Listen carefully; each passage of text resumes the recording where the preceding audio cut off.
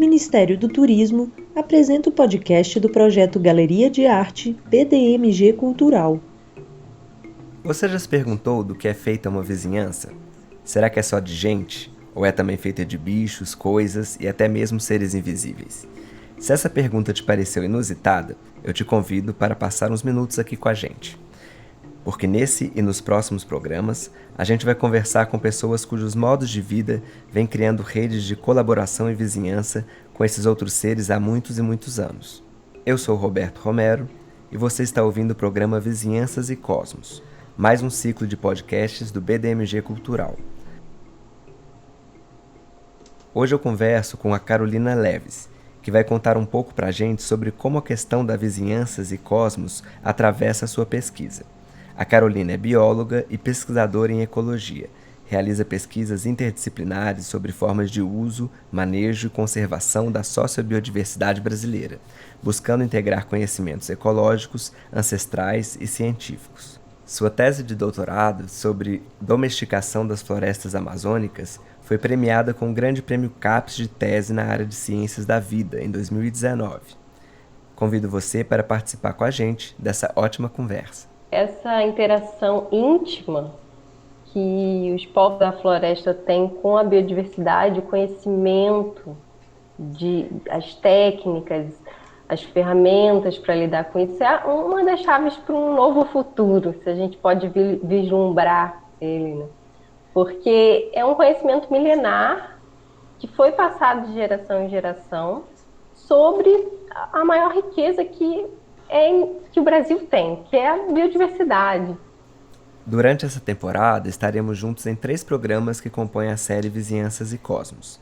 Além de conversar com a Carolina, vamos receber também outros 2 convidados, o artista indígena Iban Runiquim e a rainha Belinha, do Reino 13 de Maio.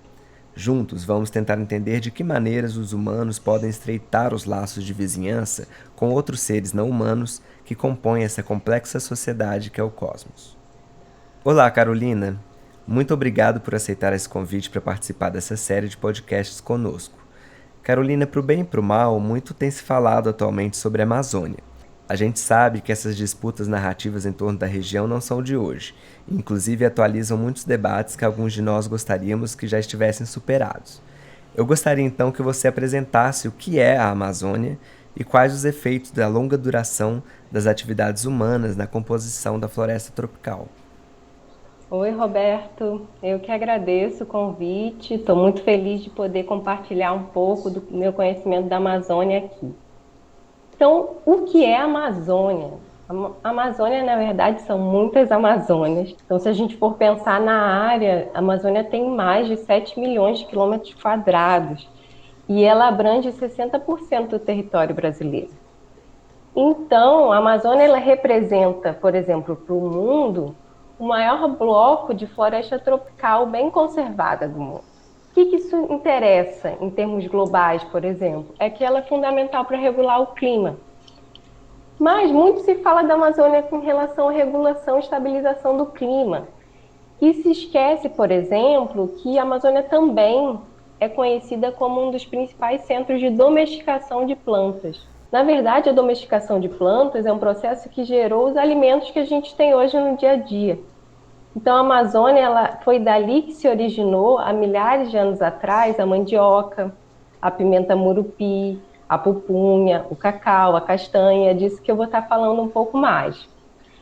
Então, os dados arqueológicos eles têm mostrado que os seres humanos chegaram na Amazônia há pelo menos 12 mil anos. E desde a chegada das pessoas na região, tem evidência de uso de muitas plantas da floresta.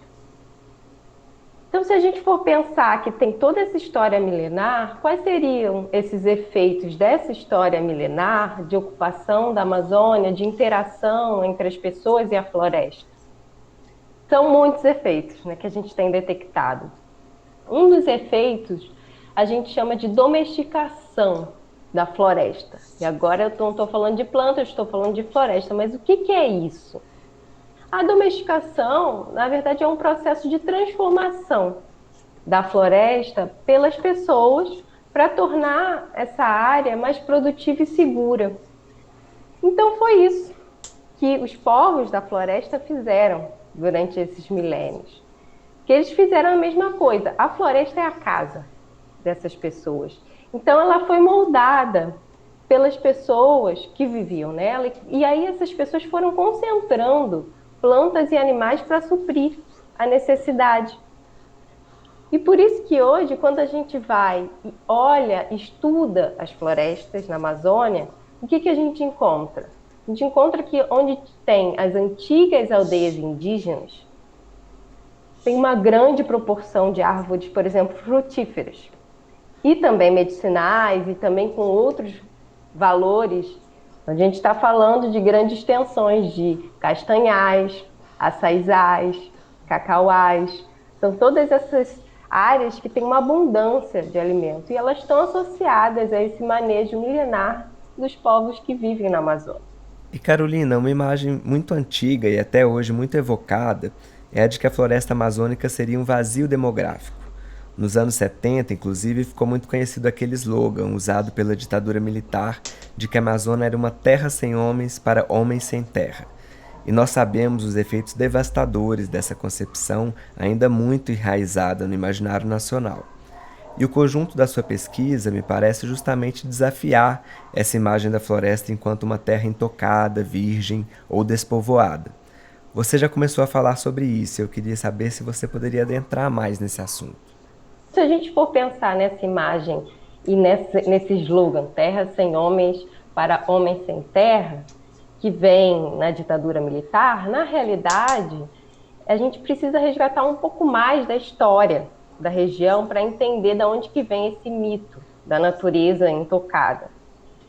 Esse mito ele está arraigado num evento que aconteceu que foi muito impactante nas Américas, quando os portugueses chegaram, há mais de 500 anos atrás. Junto com uma política colonial de realmente abafar e exterminar mesmo os valores dos povos locais para poder colonizar com outros valores o continente americano, a população nativa, na verdade, foi dizimada. Então, grande parte, estima-se que talvez 95% da população morreu no primeiro século de conquista europeia das Américas.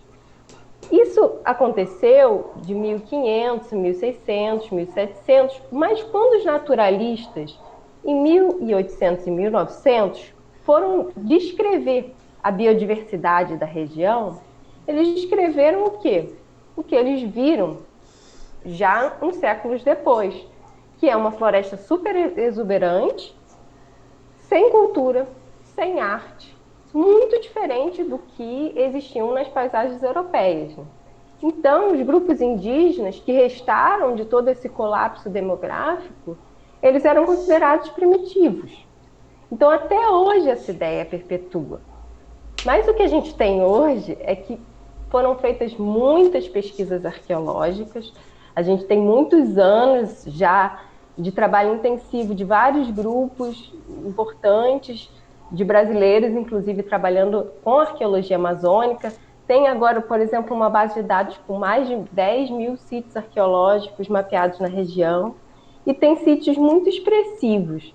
Por exemplo, os sítios de terra preta de índio, que na verdade são as lixeiras dos povos indígenas que se expandiram há 2.500 anos por toda a região e passaram a viver não de forma nômade, mas sim passaram a viver de forma sedentária em muitos lugares na Amazônia. E eles tinham sim técnicas muito sofisticadas, por exemplo, de gestão de resíduos, que gerou esse solo, um solo extremamente rico. E também a gente tem encontrado esses trabalhos de terra, que são chamados de geoglifos. São anéis escavados na terra de formato geométrico perfeito, às vezes círculos, quadrados. E eles, na verdade, são a prova de que os indígenas, antes da chegada dos portugueses no Brasil, eles eram grandes engenheiros. Eles dominavam, por exemplo, com precisão a geometria.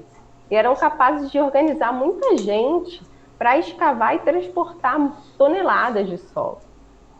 Então, tudo isso indica que a Amazônia não era uma floresta intocada, né? Na verdade, é uma região que tem uma história profunda. Uma história que envolve interações com centenas de povos, talvez milhares. E esse patrimônio cultural, esse conhecimento que ainda está presente nos povos indígenas atuais, nas populações tradicionais, ele precisa ser reconhecido e conservado para as futuras gerações, porque ele traz soluções para muitas das questões que a gente tem hoje. Eu acho fascinante todo esse outro panorama muito mais complexo que as pesquisas recentes revelam sobre a história da Amazônia e dos seus povos. Ao mesmo tempo, muitas das conversas que nós tivemos aqui nessa série de podcasts, intitulada justamente Vizinhanças e Cosmos, giram em torno das relações entre humanos, animais, plantas, minerais e espíritos. Então, pensando nisso, eu te pergunto se não há talvez uma ênfase demasiado humana nesses estudos, que acabam por colocar o humano e a ideia de domesticação ainda à frente de um processo que parece muito resultado da interação de várias espécies. Enfim, eu gostaria de te ouvir mais sobre essas interações e a sua importância na composição das florestas. Muito bom, Roberto, porque na verdade essa perspectiva indígena, ela é muito interessante para essa conversa e ela se comunica muito com a perspectiva das ciências biológicas, inclusive, né? Porque os humanos, eles são mais um elo nessa grande teia da vida que a gente tem. Então, nessa teia, existem muitas espécies, né? De animais, de plantas, inclusive de vírus, bactérias, de ambientes. Mas a gente tem que lembrar uma coisa, que tanto os humanos quanto os outros seres que estão nesse processo, como por exemplo as plantas, se domesticam juntos. Então, se a gente pensa que nós humanos estamos domesticando, por exemplo, uma planta, como a mandioca, o que as plantas cultivadas estão fazendo com a gente? Será que a gente não está trabalhando para manter essas plantas também? Então, na realidade, sim. A gente não consegue distinguir essa direção. Todos estão evoluindo juntos. Então, a gente está modificando a planta assim como a planta está modificando a gente. Agora, se a gente pensa assim na floresta, né? Os humanos, eles chegaram muito recentemente nessa teia de interações da floresta. A floresta está evoluindo há milhões de anos. E o que os outros seres já faziam? Vamos pensar nos mamíferos. Tem, por exemplo, a anta e a cutia, já estão há muito tempo interagindo com várias frutas na floresta e selecionando e dispersando elas. Então, não é por acaso agora que a gente olha para a dispersão das plantas na floresta, a gente vê que elas dependem, a grande maioria das árvores dependem dos animais, dos mamíferos, para dispersar as sementes, para ela conseguir gerar descendentes. Tá? Então, os povos indígenas reconhecem isso. Então, acho que cada vez mais a gente tem que ouvir e respeitar mesmo os outros seres vivos, para a gente poder ampliar, né, essa chance de conviver com saúde no planeta. Então, essa ideia de dominação humana do planeta não tem levado a gente por um caminho muito sustentável. Na verdade, está levando a humanidade por grandes crises. Né? O que isso significa para a gente que está dentro dessa teia da vida? Que a gente vai transformar num mundo muito mais homogêneo e a gente vai ter muito menos possibilidades de interagir com os outros seres e de aprender com eles, evoluir com eles, né?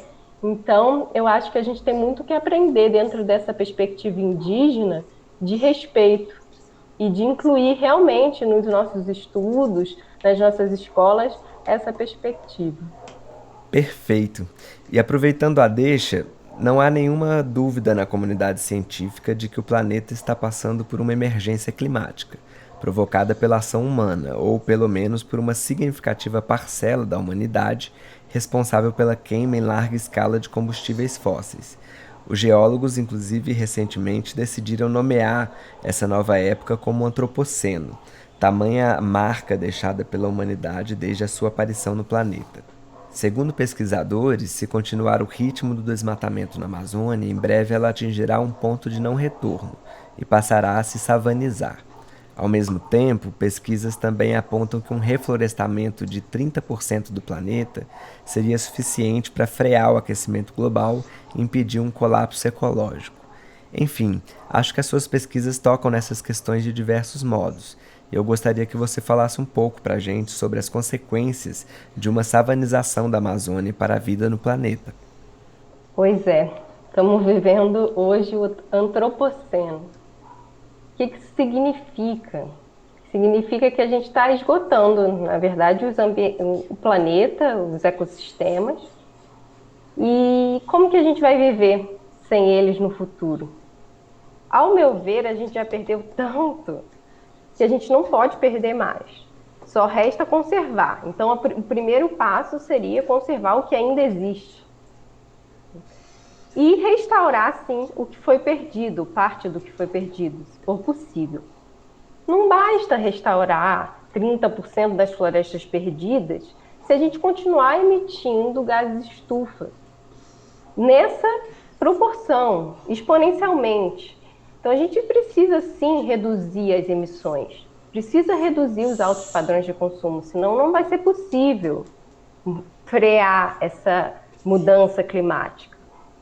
Então, o planeta, se ele continuar aquecendo, ele vai pôr em risco o quê? Elementos muito importantes que também foram mapeados que estabilizam o clima. Quais são esses elementos? Um deles é a Amazônia. Então, pensando agora no colapso especificamente da Amazônia, se o desmatamento continuar crescendo como a gente tem visto nos últimos anos e o clima continuar aquecendo, a chance sim da gente chegar nesse ponto de não retorno que vai mudar drasticamente a paisagem da Amazônia é grande. O que isso significa? Uma mudança abrupta, né? Porque o ponto sem retorno é porque é uma mudança rápida, abrupta. Então, a ideia é que parte das florestas deixam de existir. E o que vai substituir as florestas na Amazônia? Um ambiente. Por que é chamado de savanização? Porque é um ambiente semelhante à savana, mas não é uma savana nativa. Provavelmente que vai dominar a região, e sim uma savana empobrecida, degradada, com poucas espécies. E quais são as consequências desse cenário, da expansão dessas áreas degradadas pela Amazônia? A gente pode pensar na perda, por exemplo, da reciclagem da chuva. Então, isso significaria, por exemplo, uma mudança completa nos regimes de chuva. Isso vai acarretar mais seca que a gente já está vivendo e comprometer a vida. E comprometer, por exemplo, áreas agrícolas também. Outro processo que a gente está vendo muito hoje no Pantanal são os incêndios devastadores.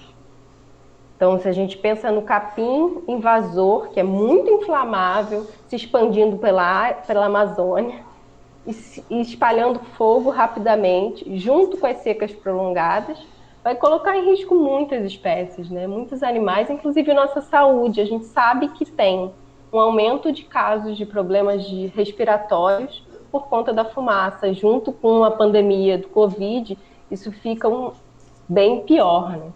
E tem algo muito importante também que eu queria falar, que é a perda de espécies nativas, perda da biodiversidade. O Brasil é um país que tem talvez 10% da biodiversidade do planeta. Poderia aproveitar muito, poderia ser uma potência em produtos da biodiversidade. A gente fez um levantamento recente do número de espécies que têm utilidade humana na Amazônia.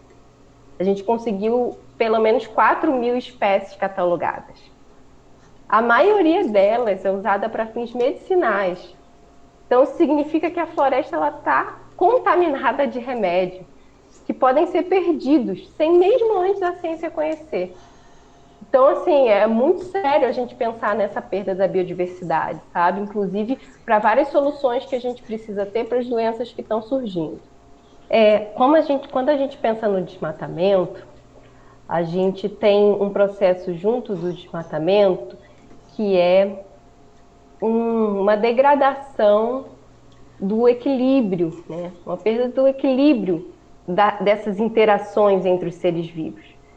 Então, o que a gente faz é com que várias espécies que estavam existindo em equilíbrio, como os mamíferos, que concentram grande diversidade de vírus, que inclusive o coronavírus é um desses que tem muita diversidade dentro dos mamíferos que vivem nas florestas tropicais, como a Amazônia, eles passam a se desequilibrar e se aproximar dos humanos.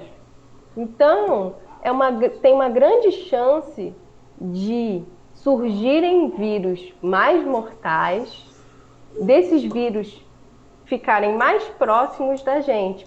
Então, realmente é muito preocupante o desmatamento e também a produção intensiva de muitos animais sem uma grande preocupação. Então, também a produção de gado sem um controle sanitário tem um potencial enorme de transmitir vírus para os humanos. Ótimo. E caminhando para a conclusão, pensando um pouco nessas possibilidades de reverter esse processo e pensando no que esses povos da Amazônia fizeram durante séculos, eu acho que a sua pesquisa aponta para um caminho de pensar o meio ambiente sem dissociá-lo da sociedade, ou seja, uma preocupação legitimamente socioambiental. E eu acho que nesse sentido, pensar maneiras de reversão desse processo deve passar inevitavelmente por um outro relacionamento justamente com esses povos, detentores dessas tecnologias e que vivem nessas regiões, como um dos mais importantes aliados, né? Porque são os grandes produtores de biodiversidade. Então eu gostaria de pedir para a gente encerrar que você falasse um pouco disso. Sim, sem dúvida. Eu acho que essa interação íntima que os povos da floresta têm com a biodiversidade, o conhecimento as técnicas, as ferramentas para lidar com isso, é uma das chaves para um novo futuro, se a gente pode vislumbrar ele, né? Porque é um conhecimento milenar que foi passado de geração em geração sobre a maior riqueza que o Brasil tem, que é a biodiversidade.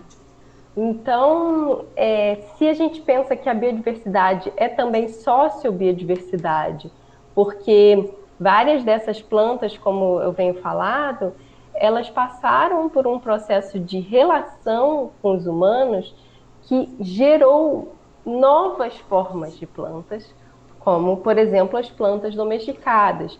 Nesse processo, você tem uma geração de plantas, por exemplo, com frutos maiores, mais interessantes, com qualidades nutricionais melhores.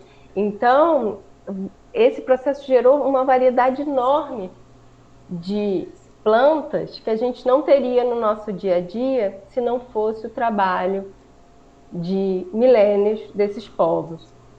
E também tem algo muito especial nisso, que é o fato deles estarem adaptados a um ambiente florestal e saberem conviver com outros seres, né? Algo que a gente se esqueceu, eu acho, na nossa vida urbana. Nossa vida urbana cheia de distrações, cheia de compromisso.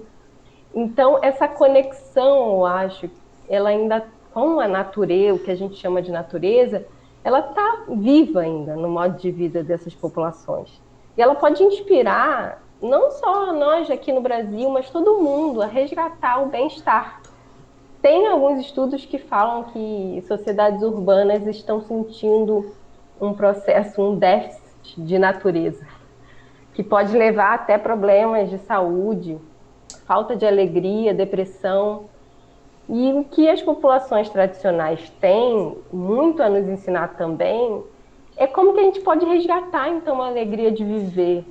A gente ainda está vivendo num sistema de pandemia, enclausurado, né, fechado nas nossas casas, mas quando a gente for sair para o mundo, quando a pandemia terminar, a gente precisa resgatar o que muitos povos indígenas chamam de bem viver. Essa convivência com a natureza que nos cerca, que faz parte da gente, que inclusive está dentro da gente, como bactérias e vírus. Então, eu vejo um grande valor de inspiração que os povos da Amazônia têm a nos oferecer e que a gente precisa reconhecer urgentemente para ter um outro futuro nesse planeta. Carolina, muito obrigado. Foi um prazer conversar com você e eu acho que eu aprendi muito e espero que todo mundo que esteja nos ouvindo tenha aprendido também sobre o papel da Amazônia, a história da Amazônia e dos seus povos e a importância justamente de conservar essa aliança entre os povos e a floresta para um outro futuro possível para todos nós. Muito obrigado. Eu agradeço muito, Roberto. Foi um grande prazer poder estar aqui falando um pouco da Amazônia. Espero que todos e todas que estejam nos ouvindo, que nos ouçam, também gostem, possam levar esse conhecimento para frente. Eu sou Roberto Romero e esse podcast faz parte da série Vizinhanças e Cosmos, um projeto educativo do BDMG Cultural em parceria com Micrópolis. Visite o site do BDMG Cultural para acessar mais podcasts e conteúdos educativos. Esse e os outros episódios também estão disponíveis no Spotify. Até a próxima! Este projeto foi viabilizado através da Lei Federal de Incentivo à Cultura, patrocinado pelo Banco de Desenvolvimento de Minas Gerais, em parceria com o Circuito Liberdade, IEFA, Secretaria de Cultura e Turismo de Minas Gerais, e realizado pela Secretaria Especial da Cultura, Ministério do Turismo, Governo Federal, Pátria Amada Brasil.